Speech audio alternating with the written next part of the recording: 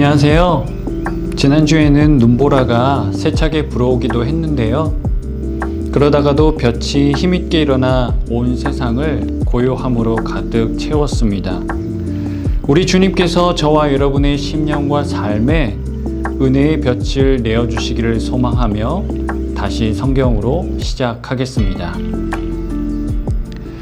지난 시간 우리는 욥과 친구들의 첫 번째 논쟁에 참여했습니다.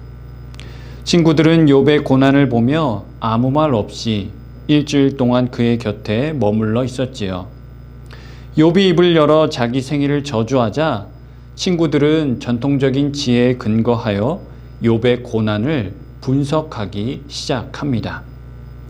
인과응보의 원리를 적용하여 죄로 인하여 고난이 찾아들었다는 것입니다. 그들은 그동안 욥이 자신의 의로움을 지키며 살았다는 사실은 알지만 그에게 은밀한 죄가 있어 하나님에게 징벌을 받는 것이니 속히 회개하라고 충고합니다. 한편 욥은 친구들의 이야기를 듣지만은 그들의 말을 수용하지 않습니다. 그들의 말을 듣는 것은 그동안 자신이 지켜온 의로움을 내어버리고 부정하는 일이 되기 때문입니다. 욥은 친구들이 아닌 하나님과 대화하고 싶어 합니다. 하나님에게 자신의 심정을 토로하지요. 그렇게 첫 번째 논쟁이 그치고 15장에서부터 21장까지 욥과 친구들의 두 번째 논쟁이 시작됩니다. 친구들은 계속해서 현재의 고통과 악인의 최종 결말에 대해 이야기합니다. 욥은 죽음이 더 가깝다고 탄식하지만 친구들은 악인에 대한 하나님의 심판을 말하며 무참하게 욥을 정죄합니다. 이에 대해 욥은 현실에서는 악인이 고통당하지 않는다고 항변합니다. 먼저 15장에서 엘리바스는 욥이 하나님 경외하기를 내던져 버렸을 뿐만 아니라 다른 사람들이 하나님께 회개하고 기도도 못하게 하는 나쁜 사람이라고 이렇게까지 이야기합니다. 하나님의 오묘하심을 강조하는 한편 욥이 연약한 피조물에 불과한 존재임을 주장하는데요. 이는 욥의 유죄를 입증하려는 의도입니다. 그는 연로함을 앞세워 욥의 지혜가 부족할 것이라 판단하고 자신이 하나님께 받은 위로와 계시의 말씀을 욥이 무시했음을 지적합니다. 결론적으로 오랜 세월 검증되고 전승된 전통적인 지혜를 따를 것을 충고합니다. 16장과 17장은 엘리바스에 대한 욥의 반격이 이어지는 내용입니다. 그는 친구들의 비난에 맞서며 그들이 촉구하는 회개를 거부합니다. 연로함을 근거로 자기보다 더 많은 지혜를 가졌다는 주장, 자신을 악인으로 규정하는 주장을 무시합니다. 자신의 무죄함과 하나님의 주권을 지키며 친구들이 자신을 더욱 힘들게 하는 재난을 주는 위로자라고 규정합니다. 무엇보다 하나님이 자신을 공격하시는 게 아니냐는 마음이 찾아드는데요. 주변 사람들로부터 모욕거리가 되게 하고 고립되게 하셨다. 이렇게 이야기하고 있습니다. 욥은 자신이 옳다는 것을 확신하면서도 무죄가 증명되기까지 살아있을 것이라는 기대를 포기합니다. 내 기운이 없어졌고 내 수명이 다했으니 무덤이 나를 위해 준비되어 있구나. 조롱하는 사람들이 내 옆에 있지 않느냐? 내 눈이 그들의 분노를 쳐다보고 있지 않느냐? 이제 놓아주시고 친히 나를 위해 보증해 주십시오.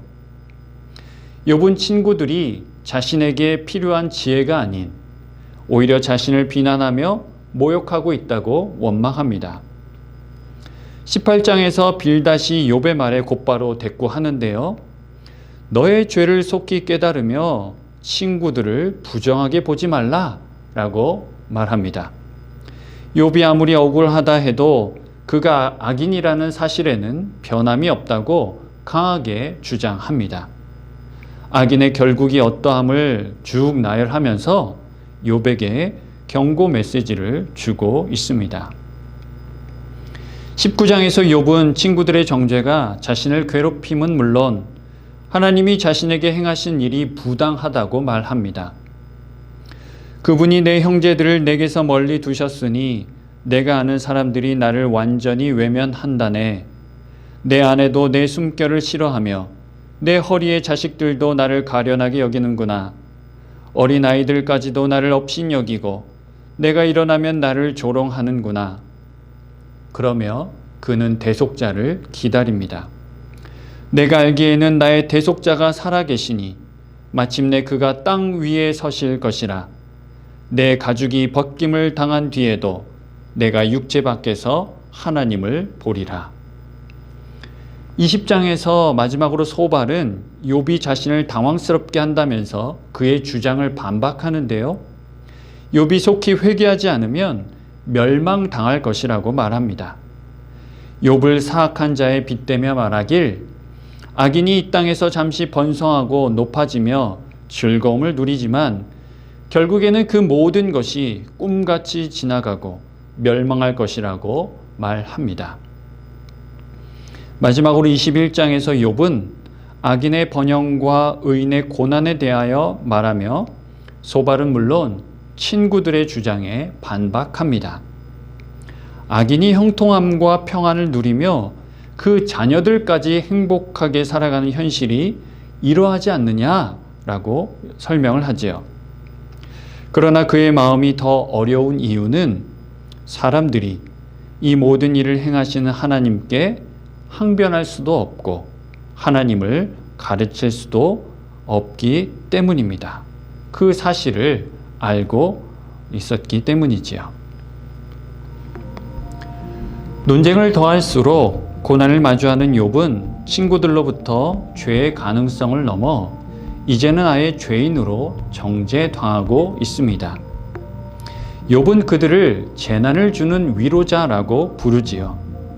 연로함, 풍부한 지혜와 지식으로 덕스럽게 다른 사람들을 유익하게 하는 사람들이 있는가 하면 그것으로 누군가의 마음을 아프게 하고 고통을 가중시키는 사람들이 있기도 합니다. 하나님이 저와 여러분에게 주신 귀하고 좋은 자원이 참 많은데요. 그것으로 덕스럽게 환난과 고난당한 이들을 도우며 사람을 살리고 우리의 공동체를 건강하고 아름답게 세워가야 하겠습니다.